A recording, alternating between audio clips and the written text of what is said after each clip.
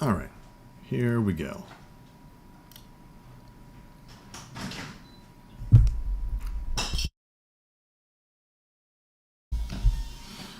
All right, so today, interesting. All right, so today I want to talk about solving inequalities. Yeah. All right, so let's kind of start with some of the basics and some of the things that we're going to see when it comes to inequalities. So with inequalities, we're going to look at these guys a lot like we do equations. Let's see, let me do something real quick. Can I? No. All right, well, it's whatever. All right.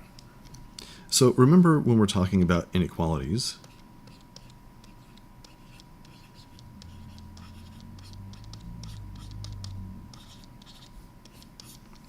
we're talking about those things that have, these symbols. So you've got your less than or equal to, greater than, and greater than or equal to, right?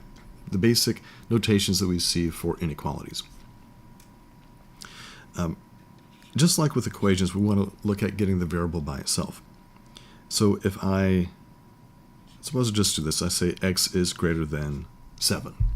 Okay, so x is already by itself. Let's make sure we can interpret what this expression means.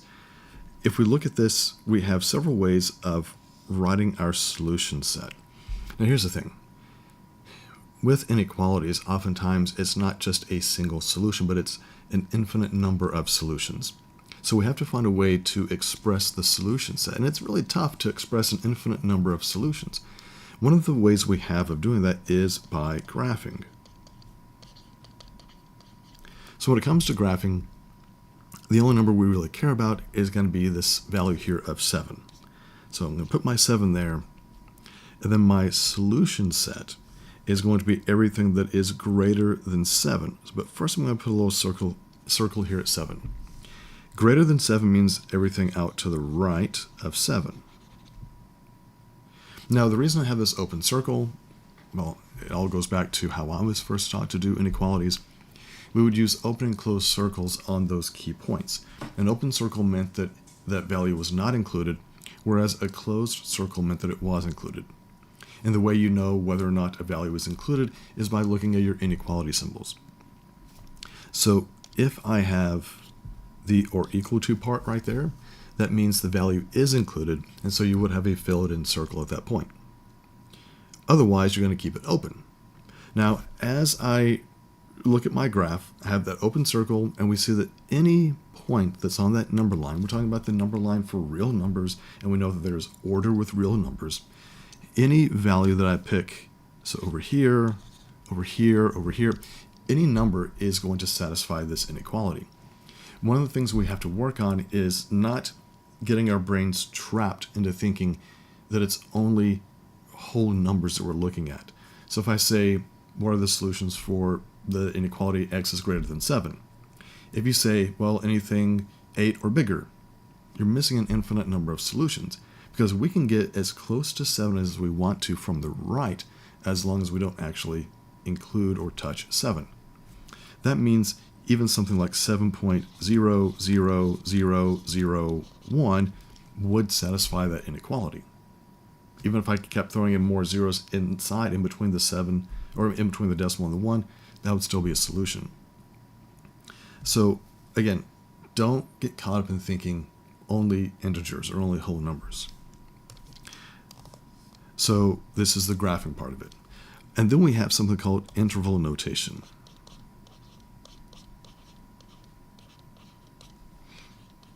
So interval notation is a nice way of describing an infinite range of values in a super concise way. Whenever we do this, we always do our interval notation from least to greatest. So from least to greatest, we're going starting at 7, and we go all the way out to the right without stopping. And so we'll use the infinity symbol. And keep in mind, the infinity symbol is a symbol. It is not a number. You're not doing operations with that. You're not doing addition and subtraction with it. It's there to represent the unboundedness that we have for the real numbers, meaning there is no largest number. Now, eventually you get to numbers that kind of don't make a whole lot of sense anymore, or it's not really relevant to what we're discussing, right? So there's only so large of a number you need if we're going to be talking about, a population, or the number of stars that are in the universe, or even the number of atoms. So you're not going to say infinity, but it is a big number.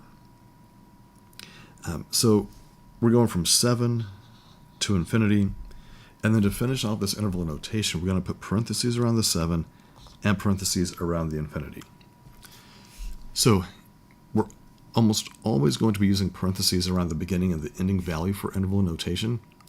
The one catch to that is that if you have an endpoint that is being included, then you're going to use a bracket. So for example, if I give you this for a graph, if I'm going from -5 to +2, and suppose I want to include all of those values that are in between -5 and +2. And if I have these endpoints filled in, that indicates that these end values are included. So if I do interval notation, that's going to go from -5 to 2, and because I am including those, we get brackets on each of those, right? So like I said before, we're going to use parentheses for everything unless we have an endpoint that is included, and that guy's going to get a bracket. And just so you can see, let's do something very similar to this. Let me change it up by just a little bit. So again, I want to include everything in between -5 and 2. And now suppose that I want to include just the 2 and not the 5. Well, the interval notation is still going from -5 to 2. Because I have an open circle at -5, I'm going to use parentheses to indicate that I'm not including that value. And because I am including 2, because I've got that filled in circle, I'm going to put a bracket on that. And so hopefully you can see the difference there between when -5 is included and when it's not included. Another thing we're going to run into when it comes to these graphs and the interval notation is that we might see something like this. So again, let's talk about having -5 and 2. And suppose that I'm going all the way out to the right here of +2, all the way to the left from -5. I've got nothing in between. And just for grins, let me fill in the +2. Now when I do the interval notation, I've got a little gap there. And I have two different parts of the number line that I need to include. One of the things that I find very helpful is to take our graph and just bring the stuff straight down. So as I look at this left part right here, it doesn't start at -5. It actually starts all the way to the far, far left. Well, to the far, far right was positive infinity, and we'll use the symbol negative infinity to express the fact that as we go out toward to the left, these negative values keep getting larger and larger in terms of their absolute value. So I'm coming from negative infinity to -5. Notice that you don't have a closed circle here, so we're going to put parentheses on the -5, and you always put parentheses around infinity. And then we have a gap. Now this is very important. For this gap, we're trying to join what's on the left with what's on the right. And so we're going to use, I'll use a different color here, we're going to use this special symbol. Okay, and you might say, oh, it's the letter U. It is not the letter U. This is the union symbol. So this is not, it's not the letter U. If you try to make it the letter U, you will be wrong. All right, on the other side here, we pick up at 2. We go all the way to the right toward infinity. But since 2 is included, we get a bracket on that endpoint, and then we get parentheses over here for infinity. So just a few examples so you can see how we go from the number line from the graph into interval notation. And that's one of the nice things about interval notation is that we can easily look at that and see what we're talking about. In this example up here, from -5 to 2, we know that we're talking about everything in between -5 and 2. With the parentheses on the -5, it tells me I'm not including that. So I can get as close to -5 from the right as I want to, but I can't touch that. And then on the other side, I have 2 with a bracket, so that tells me I can get all the way up to 2, and I can include 2, and that's going to be included as part of my solution. All right, so the big thing in terms of solving inequalities is that you solve them just like you would equations, at least if they're linear, right? So the one thing you have to watch out for is that if you multiply or divide by a negative on both sides, then the inequality symbol flips. So let's go ahead and write that out. So if you multiply or divide both sides of the inequality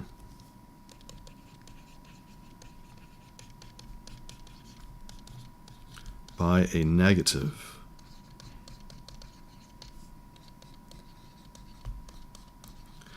then the inequality symbol flips.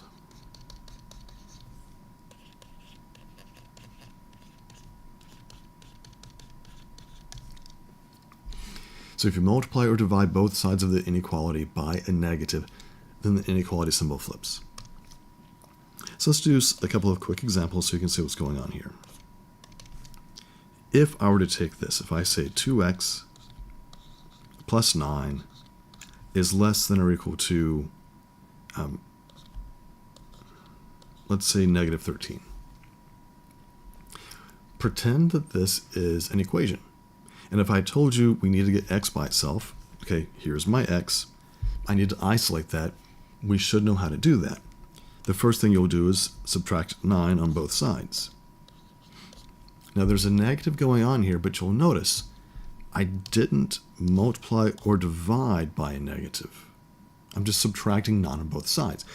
So with an inequality, it's not that two things are equal, but there's a particular order.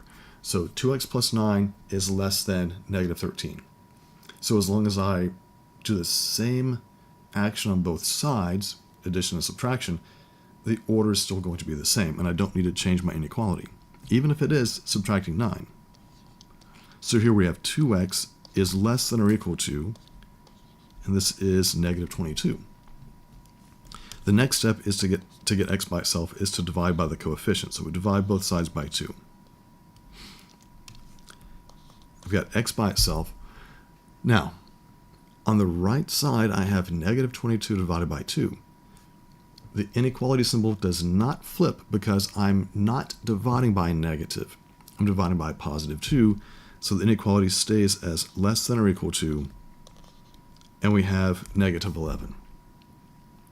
Now, what I like to do here is that I like to show the graph for this. Now, the only number that I care about is -11. If you feel that you have to put 0 on the number line and then count all the way to -11, that's kind of a waste, because I don't really care about those other numbers. I don't really even care about 0 right now. Only -11, because x, which represents my solutions, tells me that my solutions will be all of those numbers that are less than, on the left side, of -11. So I've got my circle at -11. I'm going less than that. And because it says or equal to, that means this gets to be filled in. So just like that. So this is my graph. Then we want to translate this into interval notation. And we always go from left to right when we're pulling from our number line graphs.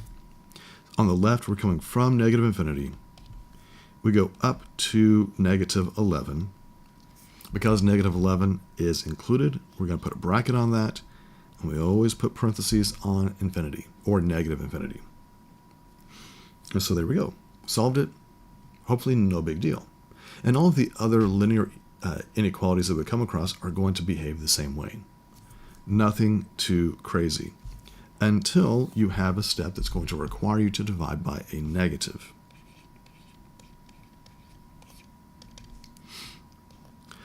So for example, if I have negative 3x, let's say minus 70 is less than, let's say, less than negative 13. All right, well, this is the only place that I see my variable.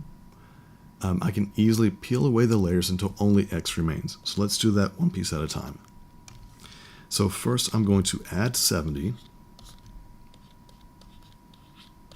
So that gives me a 0 right there. So I have negative 3x is still less than, because I didn't multiply or divide by a negative.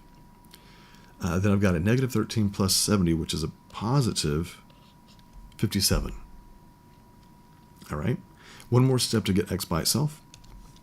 So I divide both sides by negative 3. Now listen to what I just said. I said that we were going to divide both sides by negative 3. So division by a negative is going to cause your inequality symbol to flip. So instead of being less than, it's now going to become greater than. And then we do the math here. 57 divided by negative 3 is negative 19. Okay, so again, you're solving this just like you would solve a regular equation, but because it's an inequality, if I multiply or divide both sides by a negative, the inequality symbol is going to flip. So in terms of my graph, here is negative 19. It says x, which represents my solutions, are those numbers that are greater than negative 19. So that's those numbers here on the right. And because it says greater but not equal to, I'm going to keep that open. So we're going from negative 19 to infinity. Because the negative 19 is an open circle, we're not including that, so we use parentheses. And we always use parentheses on infinity. Whenever you're using interval notation, make sure that you're very clear about the difference between having parentheses or having brackets. Okay. All right. Now, with these inequalities, sometimes we have what's called compound inequalities. And that's where we have like two or multiple inequalities going on at the same time. So let's have an idea, or let's see what's going on there. So compound inequalities.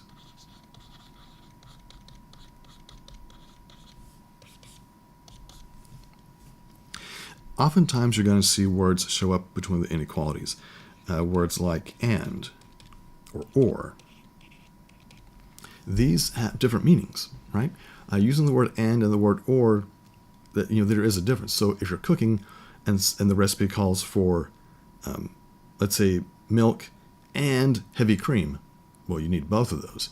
If it says milk or heavy cream, then you just do one or the other. So the word and means that we're looking for an intersection, whereas the word or means a union. With a union, you just put everything together. For an intersection, you've got to find out what is common. Where do your solution sets overlap? Where do they meet? What solutions are going to be the same for both of them? For example, if I say x is greater than 5 and x is less than or equal to 9. I'm looking for an intersection. I want to know what numbers will make both of these true. It's not making one or the other true. They both have to be true. What I have found to be the easiest way to look at this is that I graph each of these guys, but I don't graph them on the number line just yet. In terms of the order, we have 5 on the left and 9 on the right. Now, if I look at x is greater than 5, I'm just going to graph this, just above the number line. Greater than 5 would be an open circle at 5 and going all the way out to the right. Okay? Now let me do x is less than or equal to 9. That would be a closed circle at 9 going all the way to the left. So when I look for and, I'm looking for the intersection. So the intersection is going to be all of these values here in the middle that are common to both of them. And so when I put that down here on my number line, we're talking about all of those values between 5 and 9. Now, do we get to include 5? Well, in order to include 5, that would have to be a solution to both of these inequalities. 5 is right here on the pink line, but you see on the blue one, it's open. So it's not included for both of those, so it has to stay open. Whereas 9 satisfies x is less than or equal to 9, and it also satisfies x is greater than 5. So here, this guy is going to be filled in. And now when we translate this into our interval notation, from left to right, that's going to be from 5 to 9, parentheses on the 5 because we're not including that, and bracket on the 9 because we are. So that's what an intersection looks like. Now, a union would look something like this. Suppose I have x is greater than or equal to 7, or x is less than or equal to -3.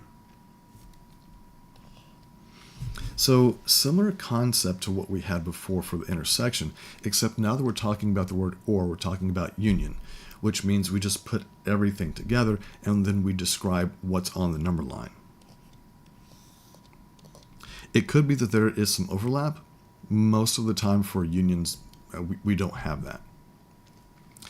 All right, so the two numbers that I care about are -3 and +7. Make sure that you put those on the number line in the correct order. All right, so if I look at this part right here, x is greater than or equal to 7. That is starting at 7. Being equal to means we get to include that, and greater than means going out to the right. For this other part, x is less than or equal to -3. That's at -3. Being equal to means we get to include that, and this says going out to the left because it says less than. All right, so the union says these guys don't have to intersect. We're just going to write what we see. So bring everything down just as you see it. So here on the left, that's from -infinity to -3. The -3 is included, so we clearly write a bracket, and we always do parentheses for the infinity. Now we have a gap before we get to the next part, so we're going to use that union symbol. Remember, it's not the letter U, it's a symbol. We pick back up here at 7 that is included, so we got to use a bracket.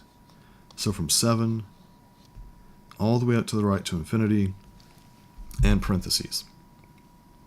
So that's how we would write that interval notation. Now, a lot of times with these examples, they aren't necessarily already solved for x. So you might have to do an extra step to get x by itself, but it's usually not that big of a deal. Now, the really fun guys are the ones that have something like this. If I have -4 is less than x is less than 6. So now x is in the middle. Like it's literally in the middle in between -4 and 6. This is understood to be an intersection. So we could rewrite this to say that -4 is less than x, and at the same time, x is less than 6. That's what it means. So it means that any value that you find here for a solution has to satisfy both of these. Now, I typically do not split it up like that because I find it to be more work. X is already in the middle. So x is bounded between -4 on the left and +6 on the right. So if we take that idea and we go to our number line, my solutions are those values in between -4 and 6. Am I including -4? No. Am I including 6? No. So this is what your graph would look like. And then we translate this to the interval notation, parentheses because we're not including -4, going up to 6, but not including that, so we do another set of parentheses. And that's a compound inequality. Now, right now, this is kind of a boring compound inequality because we want to have a little bit more fun here, right? We're not always going to have x already by itself. So let's look at it like this. Suppose I have 4 is less than or equal to x plus 10 is less than 29. So we have a variable expression in between. It's bounded between 4 and 29. Well, we don't have x by itself, but we can easily get x by itself simply by getting rid of the 10. Now, the thing to keep in mind whenever we have these compound inequalities or these three-part inequalities is that whatever you do to one part, you have to do to all three parts. So if I subtract 10 from the middle, I must also subtract 10 from the other two parts. Otherwise, the order won't be there. So now that guy's gone, and we end up with -6 is less than or equal to x, which is less than +19. So one nice little step, we get x by itself, and this is going to be enough for us to do our graph. So x is bounded in between 6 and 19. All right, so it's going to be everything in between here. You see that I've got the equal to part on the inequality symbol with the -6, so that means we can be equal to that, so we fill that in. But it just says less than 19, so 19 is not included. Then we go to our interval notation, which takes us to bracket -6 to +19 parentheses. And there's nothing more to do there. You're peeling away the layers until only x remains. Now, right now, it was just a 10 that you had to get rid of. But we can definitely make things more exciting. So it's going to be kind of a leap, but we can do this. Suppose I have 5 is less than big fraction. Let's say 3x minus 8 divided by 7 is less than 10. Let's see what happens here. Now what you should notice is that this is the only place that I see my x. It is in between these two values, so when I'm done getting x by itself, as long as I apply the changes to all three parts, I'll have x stuck in between two numbers, my two boundaries, and that will tell me exactly what my graph is going to look like, which would then translate to the interval notation. Now, the first thing that we want to do is get rid of that pesky denominator. And the way to do this is to multiply everything times that common denominator. Now, you got to be careful. So I am going to multiply this guy times 7, which means I have to multiply everything here times 7. Please understand why I'm multiplying times 7. I multiply times 7 so that 7 over 7 reduces to give me a factor of 1. And when that factor of 7 in the denominator reduces with the 7 that I'm multiplying times, we just end up with 3x minus 8 in the middle. There's no extra 7 to multiply to 3x minus 8. Now, on these outer pieces, on the left side you have 7 times 5. 7 doesn't get to reduce with anything. It just says 7 times 5, and so you say 35. On the right side, we have 10 times 7, and that is 70. All right, so we got rid of the fraction. And now we are still focused on getting the x by itself. Oh, you're quite welcome, Orange A. So we still want to get x by itself, and the way we do this, it's just like anything else, right? How would you get 3x minus 8? Or how would you get the x isolated there? The first step is to remove the part that is least connected to the x, and that's the minus 8. So the opposite of subtracting 8 is to add 8. But remember, we have to add 8 to all three parts. Otherwise, the order that we have there with the inequality symbols, it won't necessarily be true. All right, so 35 plus 8 is 43, is less than 3x, which is less than 78. All right? One last thing to do here, which is to divide by this coefficient of 3. Now, our inequality symbols do not get to change because I'm just dividing by a positive 3. All right, so the only thing we have left to do here is to try to simplify. Now, 43 over 3 does not reduce, so it stays as 43 over 3 is less than x, which is less than, you'll see that 3 does go into 78 evenly, and it goes in 26 times. So we see that x is now bounded between 43 thirds and 26. So if it helps you to see the graph, to see what's going on here, we have 43 thirds here on the left, 26 is on the right. X is bounded in between these guys, so we're going to just highlight everything in between those numbers. You see that both of these inequality symbols are just less than. There's no equal to part. So the endpoints will stay open. So now when I translate into my interval notation, we're going from 43 thirds to 26, and we get parentheses on both of these. And that is how you tackle compound inequalities. Now, you might have extra negatives and stuff running around in there, but it's still going to be the same. You just have to watch out for if a situation shows up where you end up multiplying or dividing everything by a negative.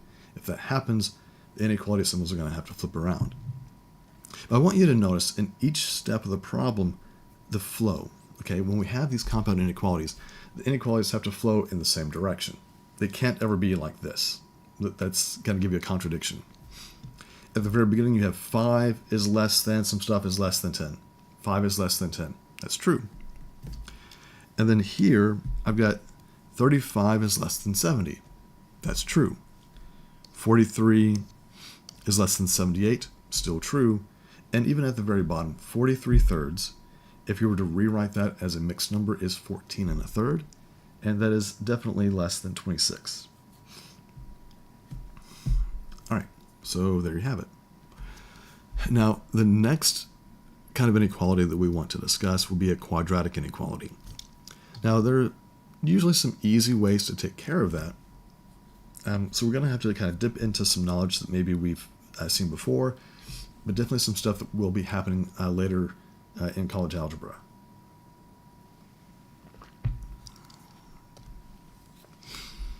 All right, so quadratic inequalities.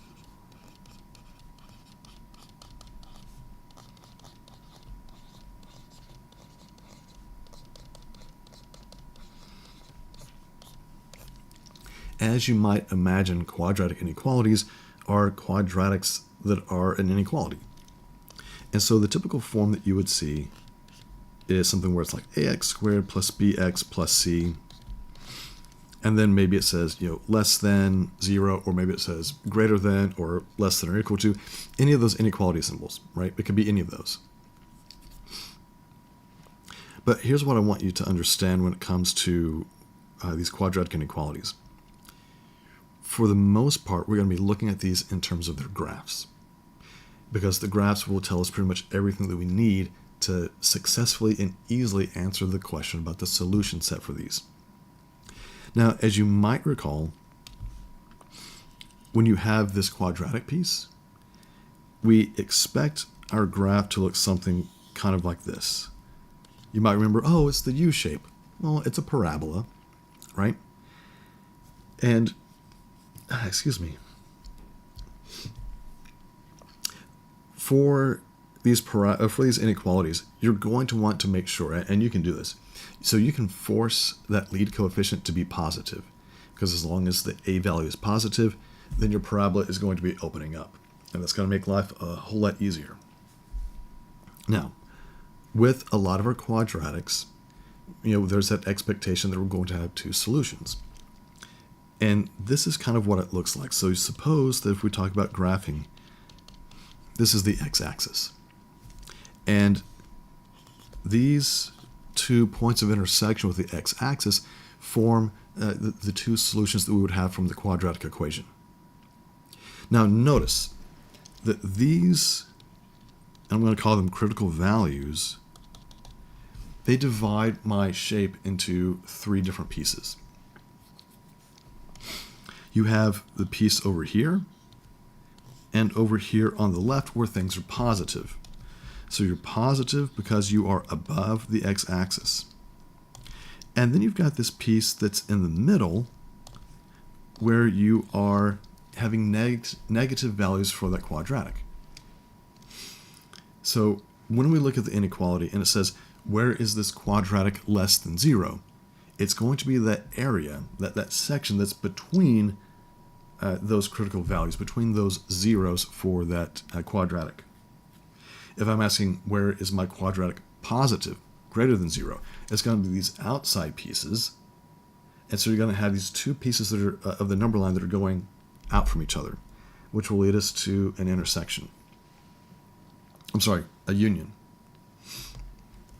So let me show you how this is going to work. If I were to take, let's say, x squared plus 8x minus 20, and I say is less than or equal to 0. If I can find those critical values, then I'm going to be good. Looking at, looking at this inequality, it says less than or equal to. That means I'm looking for the part of the parabola that's going to be dipping below the x-axis, where the parabola gives you negative output values or negative y values. So to find that, I need to first find these critical values, find out where this guy equals 0. And so what we do is that we take our inequality and we rewrite this using an equation. So I use a different color here. So x squared plus 8x minus 20 is equal to 0. So this is my little thought bubble for this. And I'm going to take this quadratic and I'm going to solve it. Now, we know all kinds of ways to solve a quadratic. We first look to see if I can use the square root property. But I can't because I have x squared and I have x. And then I try to see if it factors. Well, let's look at 20. Are there factors of 20 that have a difference here of 8? Yeah, we can use 2 and 10. So when I factor this, we'll use 2 and 10. And so that we get the right sign, so we get a negative 20, we'll have one positive and one negative. But to get a positive 8, the larger of those 2 factors has to be positive. And so this is what it looks like for our quadratic equation. Okay, now we're not done. We're now going to take this and solve it. So take the factor x minus 2. That gives you the solution x equals 2. And for the x plus 10, we get x equals negative 10. So this tells me what my critical values are. So if I were to draw a sketch of this graph, and really it's going to be a very, very rough sketch, you're going to have your parabola, and you're crossing the x-axis at these 2 critical values. So you're crossing here at negative 10, and here at positive 2. Now this inequality is saying, where are you below 0? Where are you in the negative range? As I mentioned before, and you see the graph above, that negative range is where that parabola dips below the x-axis. So we're talking about this area right here is where he's going to be negative. Now, in terms of the number line or the x-axis, that corresponds to this region in between those key values. Now it says less than or equal to 0. Because it says equal to, that means these endpoints would then be filled in. So it would look like that. And now we translate that graph, that parabolic graph, into our interval notation. So from left to right, we're going from -10 to +2, and we would have a bracket on both ends. And that's really all there is to that.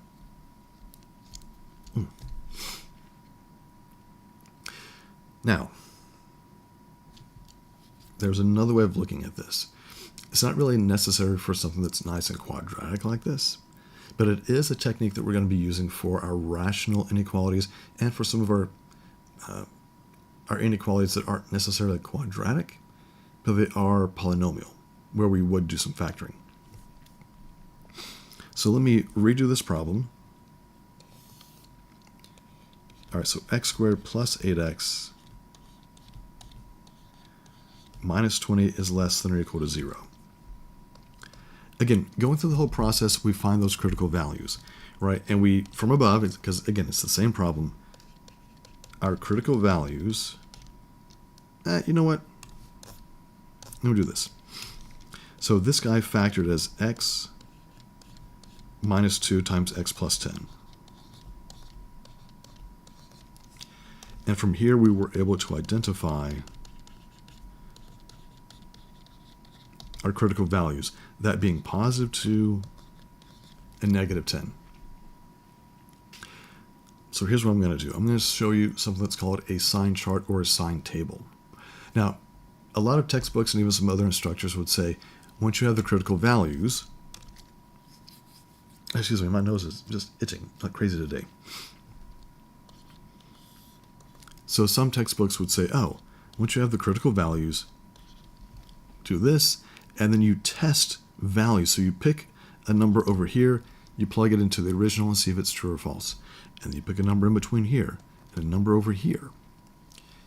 That to me is a lot of work, because all you need to worry about is not how big the number is, but if the result is positive or negative, because we are comparing this factorization to 0. So you just need to know, am I bigger than 0, positive, or am I less than 0, negative? That's all we need to worry about. So here's what we're going to do. This is how I set up my sign chart. I take my individual factors and I just list them here on the side, draw a big line, and I'm going to put, just write the word total or all together. I'm going to put everything together with these guys.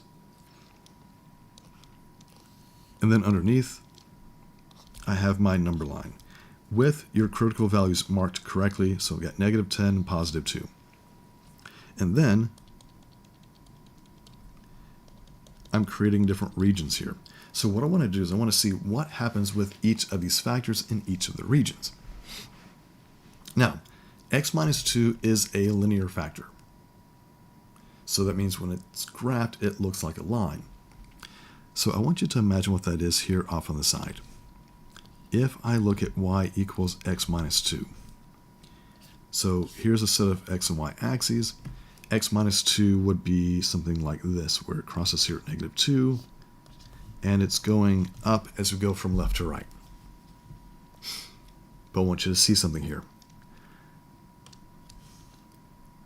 It's positive over here, but it gives you negative values over here. And that change happens at this critical value. And this critical value just happens to be when x equals -2. So for this linear factor, it goes from being negative, it hits the x-axis at its critical value, and then it's positive the rest of the way. And we're going to express that using our sign chart here. So for the factor x minus 2, actually let me do this, just so that we can kind of see how these guys are going to play out. So for x minus 2, if you plug in 2, you get 0. However, and look at the graph that I have here on the right, if I plug in any value of x that is less than 2, you're going to be on this part of your line, which means you're below the x-axis, which means you would be a negative value in each of these regions. So for most of these linear factors, if they have a positive lead coefficient, they're going to start off negative. So they're negative. They hit the x-axis, and they're going to be positive the rest of the way. So any value of x that you plug in that's greater than 2 is going to give you a positive value for that particular factor. All right, now we're going to do the same thing for the factor x plus 10. His critical value is here at negative 10. Because it has a positive lead coefficient, he looks like this. So he's negative, he hits the x-axis at his critical value, and then he's positive the rest of the way. His critical value is at negative 10. So it tells me he's negative before that, and then he's positive in each of the regions beyond that. So we can see that the sign pattern for each individual factor. And now we put it all together. Because if you look in this first region where everything is less than negative 10, you would get a negative. How can I do that? Is that on here? Okay. So you would have a negative here times another negative. So two negative factors gives you something that's positive in the region that's less than negative 10. In between negative 10 and 2, you have a negative times a positive, so that makes this guy a negative. And then on the far right, where everybody is positive, you get a positive. So this tells me that for my overall expression, I'm following this particular sign pattern where it goes positive, negative, positive. But at those critical values is where he's going to be 0. So when I look at the inequality, and it says this, it says, where are you less than or equal to 0? It's asking, where are you negative? Well, I'm negative here. And it says, where are you equal to 0? So that would include these endpoints right there, where you are equal to 0. So translating that down to your number line for your interval notation, it's everything in between here, including negative 10 and including positive 2. And so you'll see that we have the same solution set that we had above, from negative 10 to positive 2. And we get that just by looking at the signs. So I know, at the very beginning, things can definitely look kind of confusing, like what just happened. We're looking at the sign pattern for each individual factor. And once we do that, which is a fairly simple task, we then put it all together to see what will my end result look like. So let me show you where this comes in very, very handy. Because if it's quadratic, it's not that tough to figure out. But suppose I have this, and I take 6x plus 37 times x minus 933 times, let's say, 23x minus 1, and I want this to be greater than 0. It looks like a mess, right? Well, please note that everything here is already factored, and you've got 0 on the other side of the inequality. This is perfect for us. Now, this is definitely more than a quadratic because we have 3 different factors. So let's identify what the critical values are for each of these factors. So for 6x plus 37, imagine that you are setting this equal to 0. So what are the steps you would take to get x by itself? Well, you would subtract 37 and you would divide by 6. What about the factor x minus 933?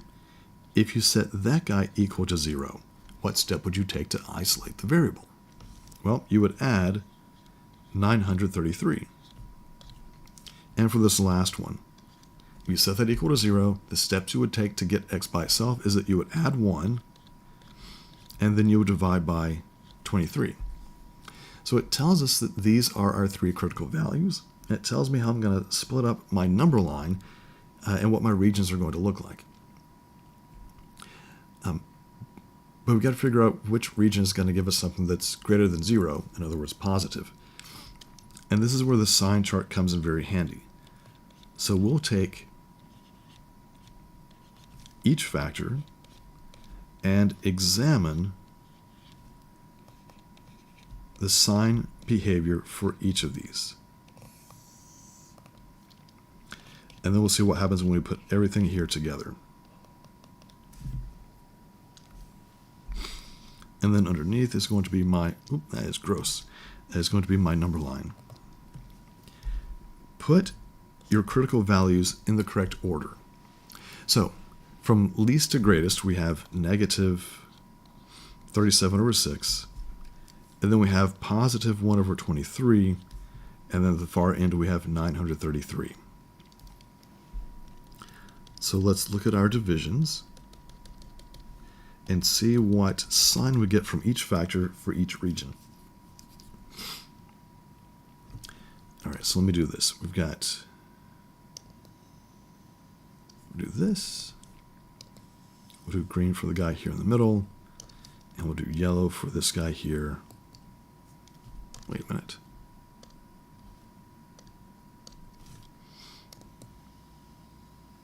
We'll do yellow here. All right, so let's start with 6x plus 37. His critical value happens here at negative 37 over 6.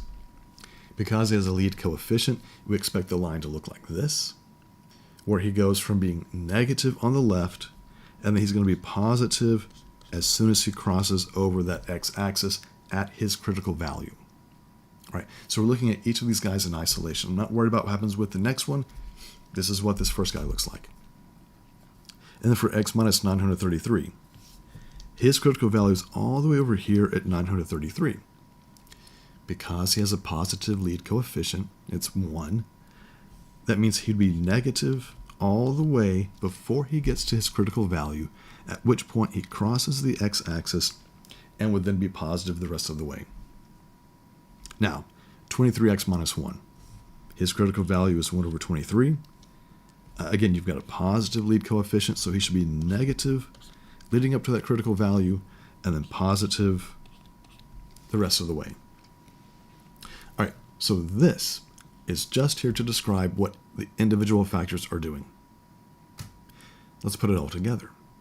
So in that first region, for things that are less than negative 37 over 6, you have 1, 2, 3 negative factors. So the result will be something that's negative. In the next region, you've got a positive and 2 negative factors. So the 2 negatives will multiply to give you something that's positive. In this third region, you have 1 negative factor, so that's going to give me negative. And on the far right, everything here is positive. Excuse me. And because this is all a product, for those critical values, we're going to have zeros for each of these. Now, my inequality says, where are you greater than 0? Meaning, where are you positive? So I'm positive in this region here and over here on the right. But notice it doesn't say or equal to 0. So since it doesn't say or equal to 0, we don't get to include any of these endpoints. So we have everything that's in between these two critical values, and then we have everything that is to the right of 933. These endpoints are not included, so that when I go to my interval notation, we're going to use parentheses everywhere. So it's from negative 37 over 6 to 1 over 23, parentheses. Now there's a jump before we get to the next section, so we have to use our union symbol. Again, not the letter U. Parentheses because we are not including 933. And then going out to infinity. So there you have it. There's not really anything else to that. Now, pardon me for just a moment. I found a trick for helping whenever my nose is super itchy. Really? Come on now. And that's using just a little bit of lotion. somehow it just takes away the itchy feeling. So sorry about this. I love doing that on a live stream. Hopefully that keeps me from scratching my nose. Man, don't even know why that happens. Bodies are weird. Now, something I want to point out here is that for this problem, it doesn't really matter what your inequality symbol is doing. Whether it's greater, less than or equal to, it doesn't matter. The sign chart is going to be the sign chart. Now, what's going to be different would be the end result. So if I were to change this real quick, let me take away this. Let me change this from less than, or not, it's not less than, greater than, to greater than or equal to. Oh, whoops. Forget about this. So if I change this to greater than or equal to, it doesn't change my actual sign chart. It doesn't change what happens here on this bottom line, where I'm figuring out what's going to be the sign in each region for my overall expression. What changes is what I'm including. So if it says greater than or equal to 0, that means everything that's positive. And you would now get to include those endpoints. So that's what would be different. If I were to change this and say less than or equal to 0. Well, if it's less than or equal to 0, that now means I'm looking for my negative regions here and here. Being equal to 0 means I would get to include my endpoints like this. And so that would definitely change my final answer, right? Because I'm talking about completely different regions. So it's including this endpoint, going out to the right, including these two endpoints, and then it's everything in between. So then we would have the interval notation from negative infinity to negative 37 over 6, bracket, union, 1 over 23 to 933 with a bracket. So again, the sign chart didn't change. What changed was the regions that I was looking for. That's all. All right, let me do another quadratic inequality here. And this is really going to tie into some things that we've seen in the past few days. So suppose I want us to solve 5x squared minus 7x plus 1 is greater than 0. All right, so we're dealing with just a regular quadratic. And if we were to think about what this guy is going to look like in terms of a shape, it should be looking something kind of like this. And my job is to now figure out where do I cross the x-axis. Because if I know those critical values, I've got everything else. Excuse me. Notice here that it says greater than 0. So for being greater than 0 is where the parabola is positive, where it is above the x-axis. And so that would correspond to the regions out here to the right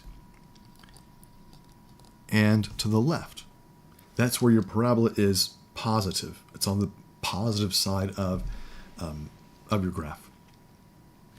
So I just need to figure out what are my solutions. Well, as I mentioned on the other page, you want to take your quadratic and set it up as an equation. All right, so let's see if we can solve this. Let's go through that progression that we have for solving a quadratic equation. The first thing is, can I use the square root property? Well, the answer is no, because I have x squared and x running around. That's a shame. How about factoring? Well, I've got a lead coefficient, so I'll have to consider that. We have the AC method, so 5 times 1 is 5. Are there factors of 5 that add to 7? No. We can get close, but we just don't get 7. What about completing the square? Well, for completing the square, we want the lead coefficient here to be 1, which we can get that to be 1, but that means we divide everything by 5, which will now create fractions for our other terms. So we really don't want to deal with fractions if we can help it. So that leaves us with the method of last resort, the quadratic formula. Again, I'm only using that when I can't use the square root property, I can't factor, and I can't complete the square without fractions. Anytime that you are going to use the quadratic formula, you need to write it down. So x equals negative b plus or minus the square root of b squared minus 4ac all over 2a. And let's just plug in these values. All right, so negative b, let's see, b is already negative 7, so it's going to be positive 7 plus or minus the square root. B squared is positive 49, and you might say, I thought b was negative. It is, and when you square a negative number, you get a positive. And now we're going to take the minus 4ac, so negative 4 times a is 5, and c is 1. So all of this gives me negative 20. All right. Everything is divided by 2a, so a is 5, so everything is divided by 10. And so we have x equals 7 plus or minus the square root of 29 all over 10. You know, we could try to break down the 29, but nothing's going to happen there. So that's it. But this is enough information for us to finish our problem. So we looked at that number line. We looked at the graph above, and we said we just needed to find what those critical values were.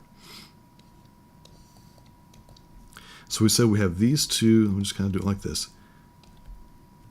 We should have these two critical values, and they come from the solutions for this quadratic equation. Now, which one is which? Because we got plus or minus. It's actually pretty easy, right? So the plus side goes on the right, so 7 plus the square root of 29 over 10, and the minus one goes on the left, so 7 minus the square root of 29 over 10. Those are going to be the critical values. And we showed above that we should be the regions that are out to the right, and so the one that's out to the left. The endpoints will stay open because the inequality doesn't allow us to be equal to 0. So from here, we write our interval notation. So we're going from negative infinity to this value, gross, right? Parentheses, union, and then 7 plus the square root of 29 over 10, to infinity. So even when our values are kind of weird and wonky, as long as they're not imaginary, we're going to be okay. Just make sure you put them in the correct order, and we're fine. Now, the next part here is looking at something that is, well, it's something that's rational. Now, remember we talked about rational expressions already this week. Those are expressions that contain fractions. So let's look at rational inequalities.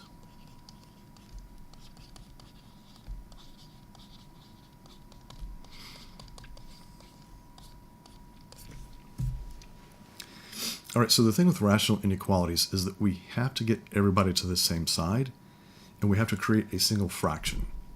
So your goal is to take whatever you have and have just one fraction,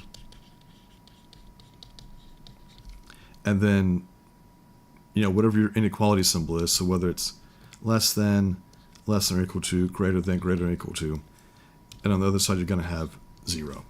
And that's what we need to have for rational inequalities. For example,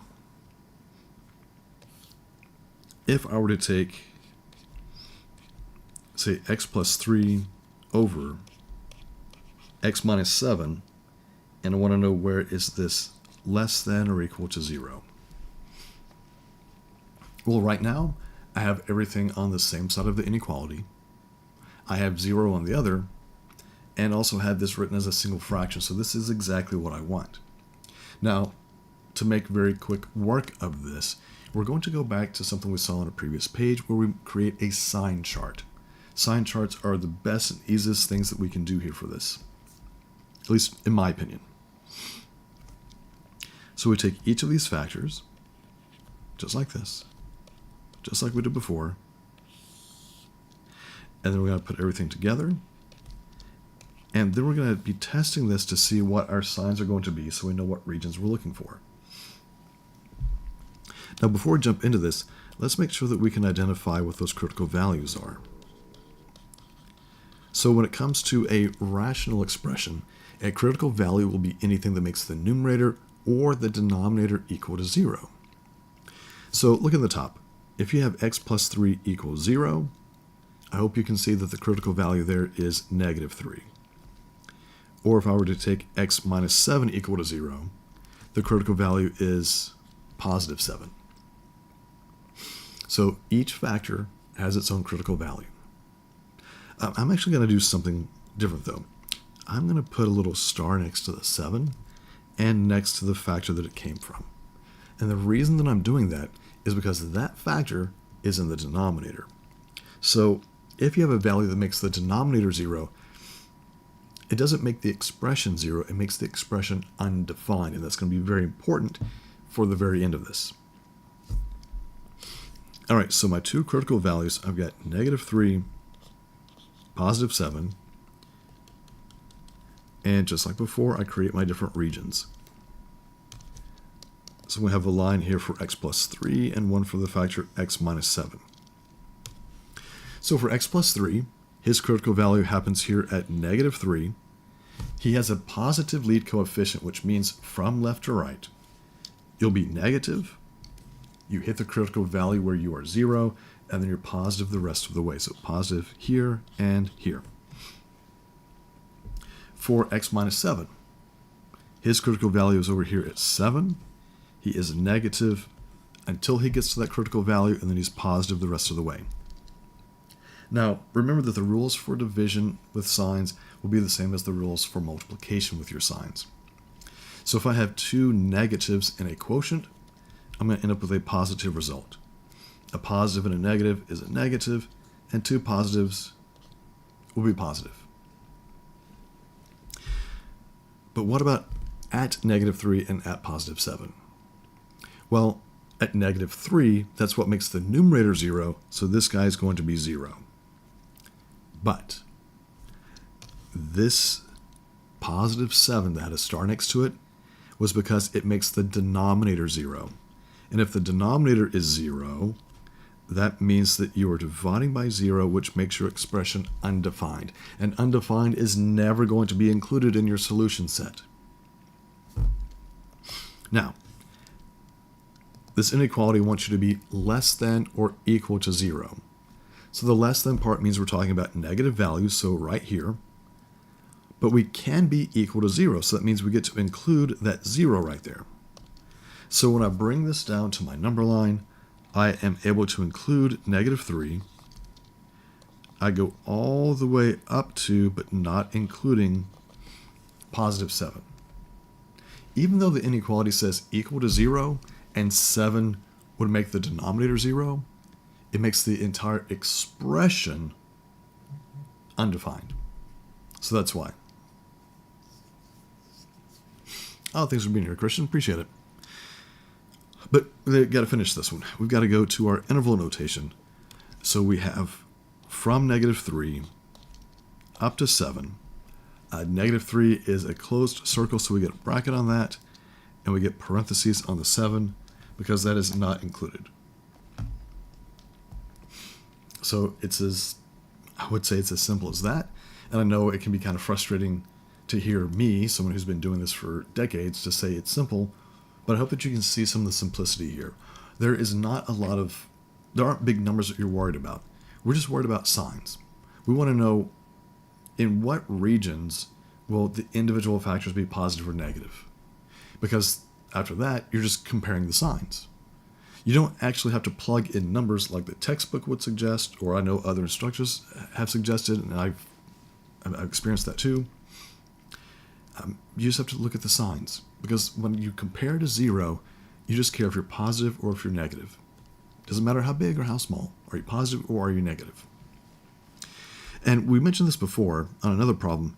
If I change this inequality, and I changed it from less than to greater than, your sign chart down here wouldn't be affected. The only thing that changing the inequality here would affect is what parts at the very bottom you would be including. Now, let me give you an example of something that I like to, that maybe I would put on a test. Again, I'm not trying to hurt people on my test. They may think I am, but I'm not.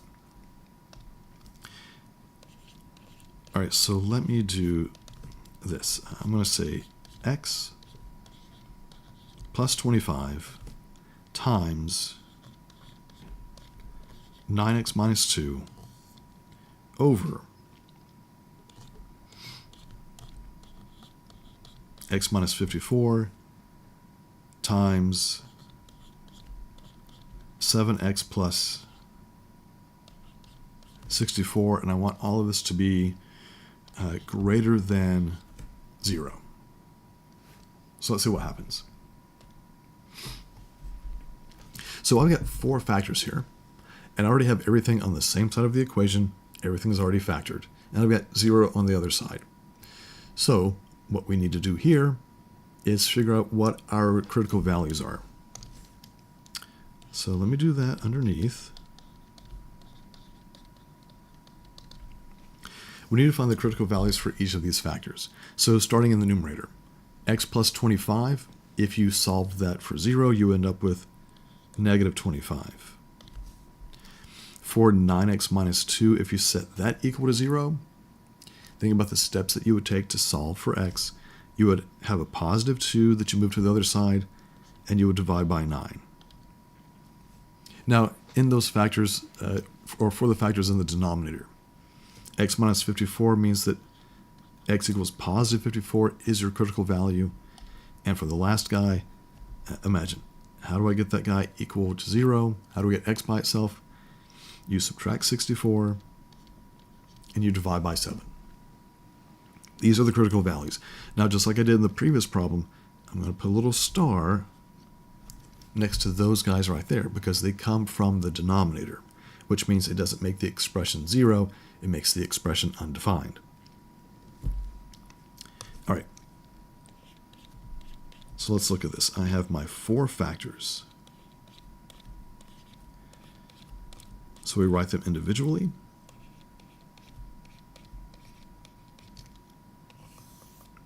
And then we're going to see what happens when we put everybody together.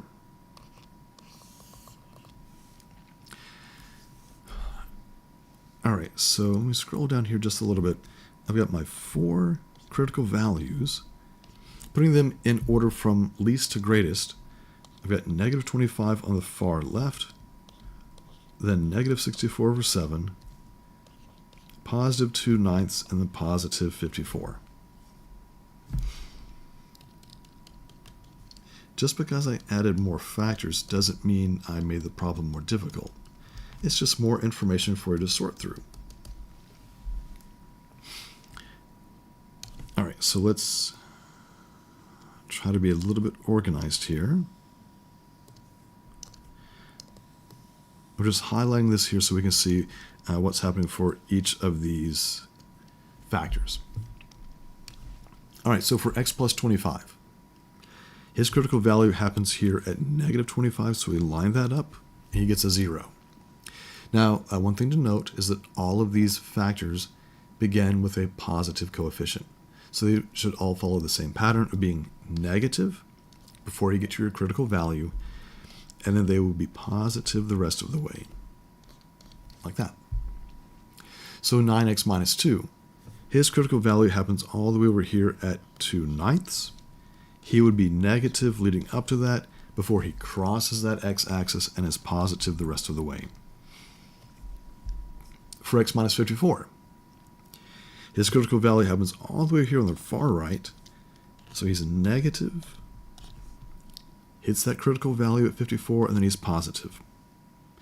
And then 7x plus 64, so we're 0 here, negative leading up, positive the rest of the way. Now, for each region, let's see what's happening. In this first region, you've got 1, 2, 3, 4 negative factors. So that'll give you something that is positive. In the next region, you have 3 negative factors. So that's going to give you a negative result. 2 negatives is a positive. This 1 negative is a negative. And when everything's positive, it's all positive. Now, I've had students in the past ask me, well, here in this next to the last region, said, yeah, you've got 1 negative, but what about the positives? The positives, when you're multiplying, don't change your sign. It's only the negatives that you're worried about, seeing how many negative factors, because that's going to tell you if your answer is positive or negative. Now, remember that I had starred 54 and negative 64 over 7. So 54 and negative 64 over 7. And that's because those guys make your denominator 0, and so you would be undefined at these values. For the other ones that make the numerator 0, it makes the overall expression 0. So this is what your sign chart looks like. That means that my overall expression is going to go from being, you see we've got positive, he's positive, 0, and then negative, and then he becomes undefined. Now that's something we'll talk about later on when we get to graphing rational functions. Then he goes positive, 0, negative, and he's undefined again, and then he's positive the rest of the way. Now, this inequality was supposed to be greater than 0, which means we're looking for the positive values. So the positive values will be here, here, and over here. And since it says greater but not equal to, we don't get to include the zeros. So all of these down here are going to be open circles. Nobody gets to be included. So everything to the left, everything in between these guys, and then everything to the right over here will satisfy the original inequality. And we now translate this into our interval notation. So from left to right, that's negative infinity to negative 25, parentheses. Because we have the gap, we're going to use that union symbol. We pick back up at negative 64 over 7 to 2/9. Again, parentheses because we're not including those endpoints. Another union symbol. And then 54 to infinity. So again, I know it looks like a lot of work, but keep in mind that we didn't have to do any real calculations. We're not multiplying numbers together. We're not adding and subtracting and doing all this other stuff. We're just looking at signs. And even getting to the critical values is not a big stretch for doing that.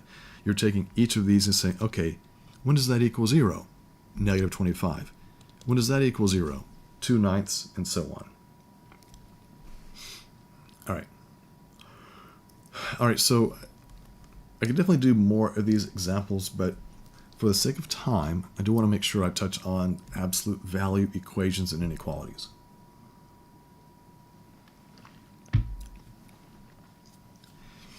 Yes, Alex, you are late.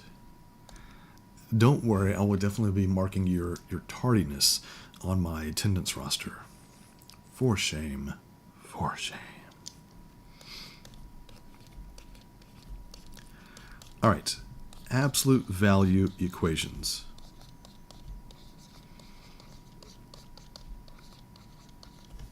This should be nice and easy as long as we don't get careless with what absolute value means. So the key thing here to understanding absolute value equations and inequalities is remembering that absolute value measures the distance from 0. That's all it means. And so since we're talking about distance, that means we're talking about positive outputs. So when I look at, well, let me just go ahead and say this. So if the absolute value of A is equal to B, again, this is provided that B is not negative, then we have two possibilities. Then either A equals B or A is equal to the opposite of B. This is how we work with the absolute value equations. So don't just look at the absolute values as being parentheses. Yes, absolute values are a type of grouping symbol, but you can't treat them just like parentheses because it loses their meaning. It loses what they do and how they operate.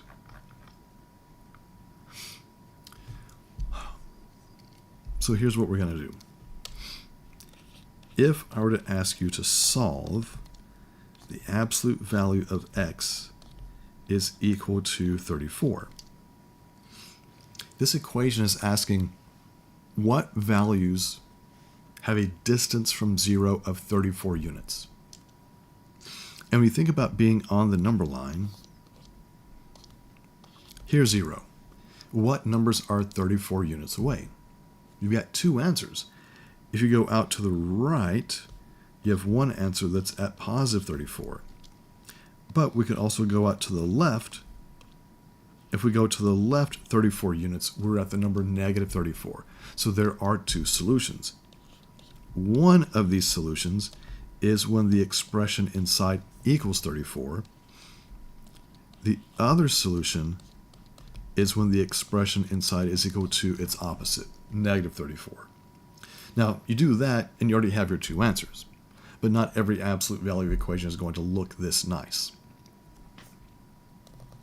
But for most of these, we do end up with two solutions. So let me just kind of jump ahead a little bit and say the absolute value of 7x minus 4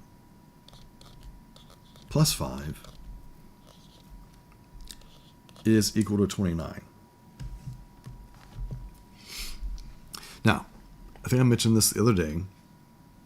So if you were here, great. If you weren't, let me remind you, when you are trying to solve, like with the square root property, you have to get the square by itself. If you're trying to solve something that has a radical, you have to get a radical by itself. When we're solving absolute value equations, you have to get the absolute value by itself first. You can't split into two equations yet. You must isolate the absolute value. So we do that by simply subtracting 5 on both sides. I still have the absolute value.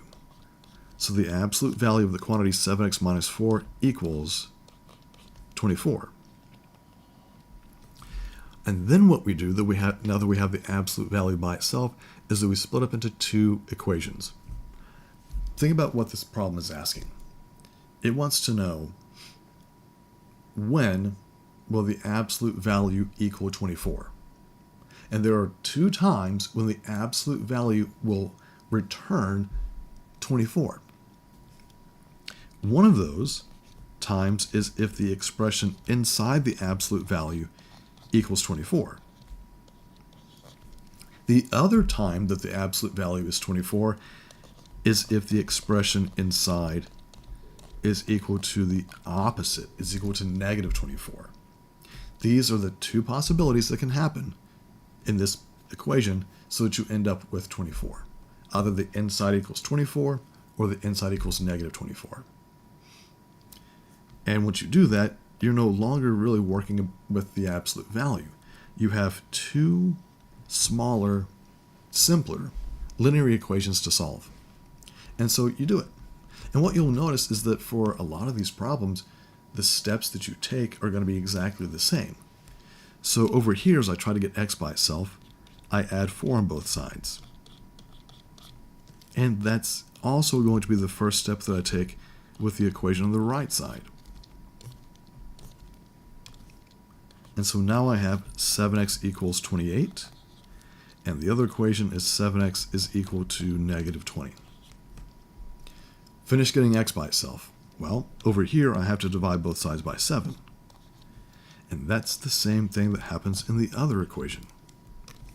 Now, even though we are taking the same steps for both of the equations, the answers will be different because what was on the other side of the equation to begin with was a different number. So, dare I say, this is all you have to do. You get the absolute value by itself, and then you can split it up into the two separate equations. And that's all you do. Now, I'm hoping that when you get to something like 7x minus 4 equals 24, you go, oh, sweet, I got this one, not a problem. Okay, then, right? So what's the big deal? Let's do another one. All right, so if I have,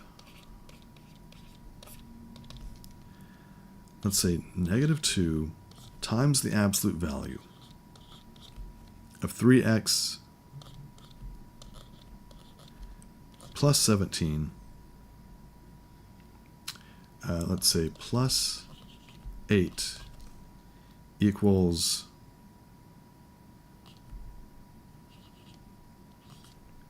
negative 30. Yeah, I added a few extra pieces here. But so what? Get the absolute value by itself. So what's the first thing we do? Well, first thing is to move away anything that is not directly connected to the absolute value. So I'm going to subtract 8 on both sides.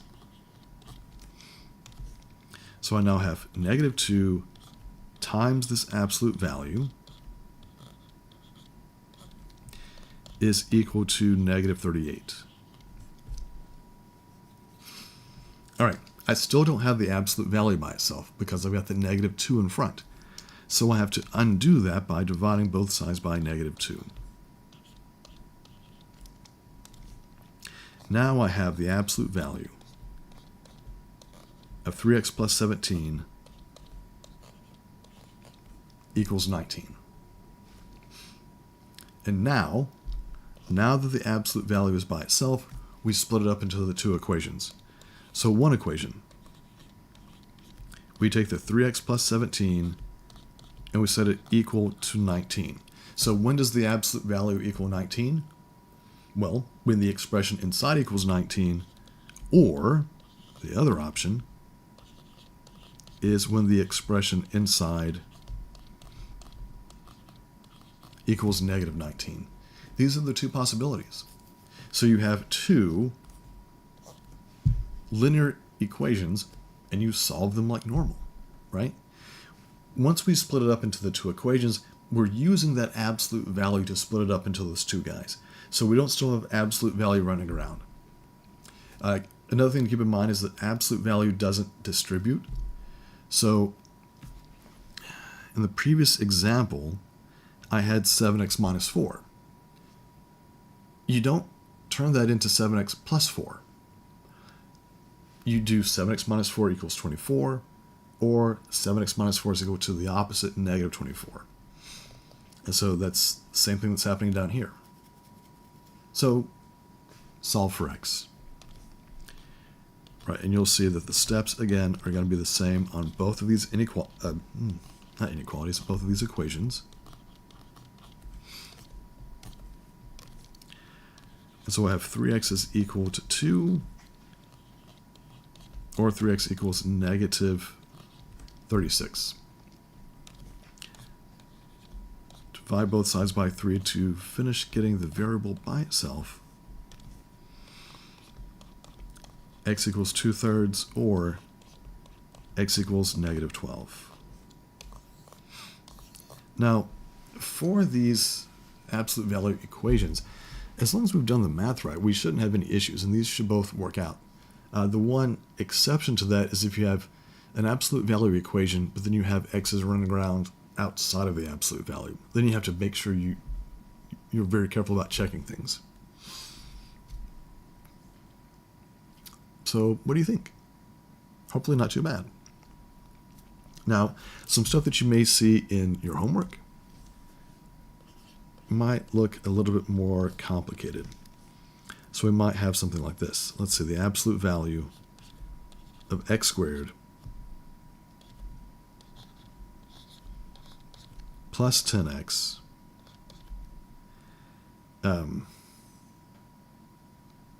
sure, let's do equals 24. You might say, oh, I can't do this one. It's impossible. I don't know what to do with the square. You do. I'll show you. I'll remind you. So for the absolute value equations, you have to have the absolute value by itself. It is by itself. So that means that we can instantly write our two separate equations. So one of the equations is just going to be x squared plus 10x equals 24. The other one is x squared plus 10x equals the opposite, negative 24. All right, so we're no longer dealing with an absolute value equation. We're dealing with two quadratic equations. And remember, you can do these one at a time. You don't have to do them at the same time. So let's focus here with the guy on the left. I've got x squared plus 10x equals 24. If I think about my progression for solving a quadratic, I'm going to first see if I can use the square root property. It doesn't work because I have x squared and I have x. Okay, what about factoring? Well, to see if it factors, I need to move the 24 to the other side, so it becomes minus 24 equals 0. I've got a lead coefficient of 1. I'm going to see if there are factors of 24 that have a difference of 10. And so if you go through your factor pairs, you should be able to settle on the factors 2 and 12. They multiply to give you 24, and they have a difference of 10. So then your factorization is x with 2, x with 12. Now to get a positive 10, the larger number has to be positive. To multiply to get a negative, you need a positive and a negative, so we would have this. You can easily check that out. You see you get negative 24 when you multiply. And if you do the inside and outside pieces, you're going to get a positive 10x. So from here, x equals positive 2. From the other factor, x equals negative 12. All right? But wait, there's more. We've got the other quadratic equation to solve. Now, just like the first one, we won't be able to use the square root property because we have x in two different terms. But let's see about factoring.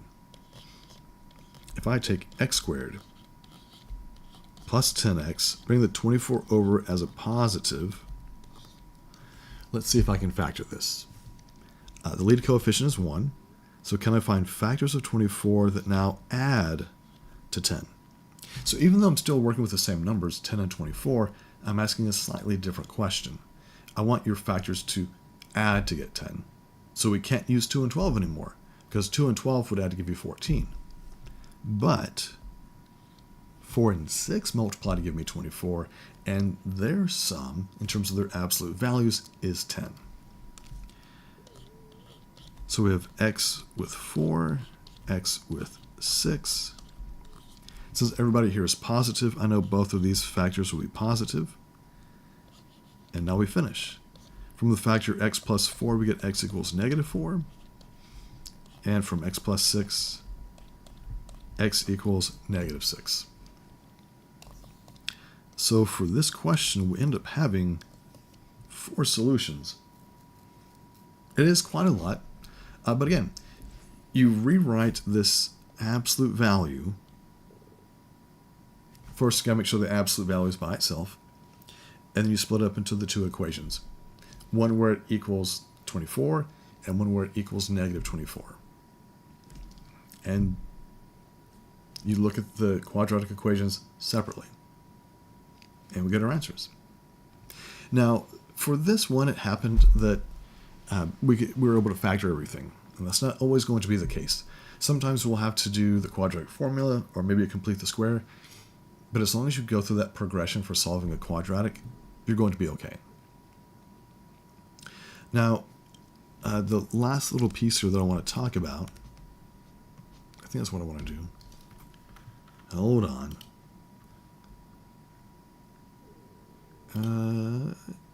Let me see. Yeah, that's going to be a good place to stop for the day. Absolute value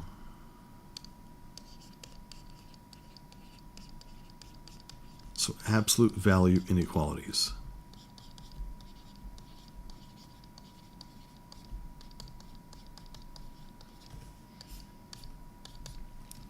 So we were talking about all other kinds of inequalities earlier with linear, quadratic, and rational inequalities. Now we want to consider absolute value inequalities. So here are the statements that we have. If the absolute value of A is less than B, and again, we're making the assumption here that B is going to be something that is positive or non-negative. So if this is the case, then A will be in between B and negative B, which is an implied intersection. If, however, your absolute value is greater than B, then you have that A is greater than B, or A is less than its opposite. So as I like to tell my students, I would say that A is righter than B or lefter than its opposite. You might say, lefter is not a word. Well, 6, 7, who cares? So if I ask you to solve or to consider the absolute value of x is less than 4. Remember how we talked about the absolute value measuring distance from 0? So if we look at it and we think about it and read it this way, we're saying that the distance from 0 for my variable, for my numbers, the distance from 0 has to be less than 4. So think about what that means.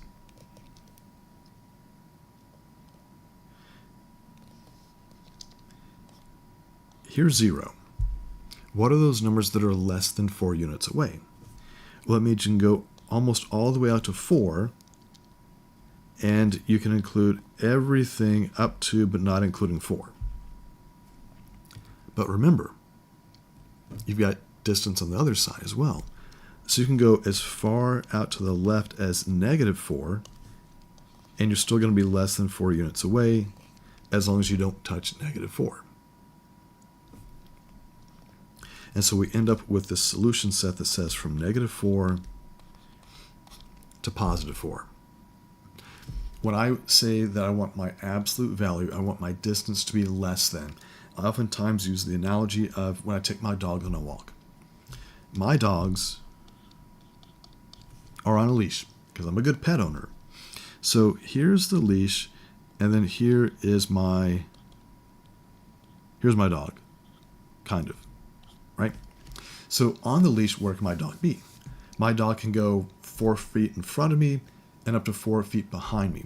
But that distance is going to be less than 4 feet. So there's the safe space they can be in, +4 and -4. This is where they can be. So I'm restricting their movement. That's how we treat absolute value being less than a number.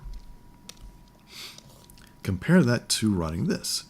If I say the absolute value is greater than 4, I say your distance from 0, or maybe your distance from me is greater than 4. So here I am, and I want your distance from me to be more than 4 units. Maybe I'm the kind of person that doesn't want to be around others, like the whole COVID and the pandemic stuff, where we started doing social distancing. Stay away, keep your space, right? Don't come close to me, stay far away. Where can you stay? Well, in this example, you can be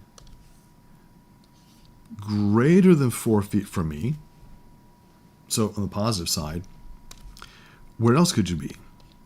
Well, you could be on the negative side of me, And if I go to the left of the negative part, then that's putting more than 4 units of distance between me and you, right? So when I say the absolute value has to be less than, I'm talking about restricting your movement. It's these boundaries that we have here. When I say the absolute value is greater than, that means we're going away. We're pushing away so that we have this nice bubble where we're free from people, right? It's like my wife in the shirts that I get her, things that say, it's too peoply outside today, or I came, I saw people, so I left. So look at this absolute value being greater than 4. I said that's going to give you something that has the word or in it, which means a union. And we see that play out here, that you'd be from negative infinity to negative 4, parentheses, union, because you've got this little jump, and then 4 to infinity. So as soon as you know what you're dealing with, if you're dealing with staying close by or pushing away, it helps inform us of what we're doing with our inequality. Now, in terms of writing them out, I said the absolute value is less than 4. So looking back at the statements we wrote at the top of this page, that's basically saying that x is between 4 on the right and negative 4 on the left. You're putting your boundaries there. As opposed to this absolute value being greater than, which means x has to be to the right of 4, or your numbers have to be to the left side of its opposite. So like I was saying before, you got to be righter than 4 and lesser or lefter than the negative 4. All right, so let's see some of these guys play out. If I were to say the absolute value of x minus 5 is less than or equal to 21. Think about what this is saying. The absolute value, your distance, needs to be less than or equal to 21. That means I'm restricting your distance. This is, I've got my dog on a leash. This is, kids playing in the front yard, and you say, play where I can see you. Don't go around the curve of the road. Stay where I can see you. That means that you want to keep this x minus 5 bounded between 21 on the right and then its opposite, negative 21 on the left. Now, when I do this, we are creating a 3-part inequality. This is an understood intersection.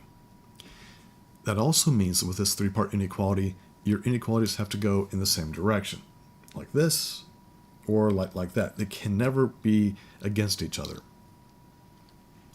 So as I look at this piece right here, x minus 5 is less than or equal to 21. This part right here is saying x minus 5 is greater than negative 21. So here are your two numbers. You've got to be greater than negative 21, but less than positive 21. So you're creating this little safe space right here. So now you solve this. Well, 3-part inequality. You've got to get x by itself in the middle. So we do that by adding 5, but we have to add 5 to all 3 parts. That gives us negative 16 is less than or equal to x, which is less than or equal to 26. Hey girl, what are you doing? Okay, you need to go potty. Go potty. Go. No, go.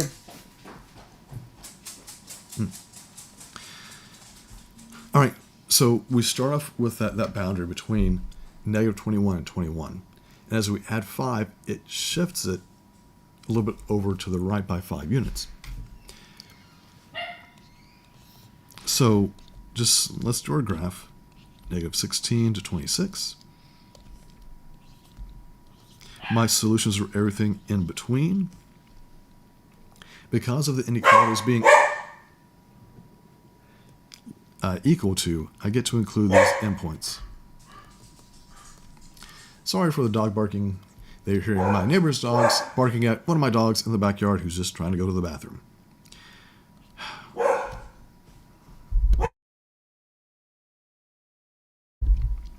So this is going to be bracket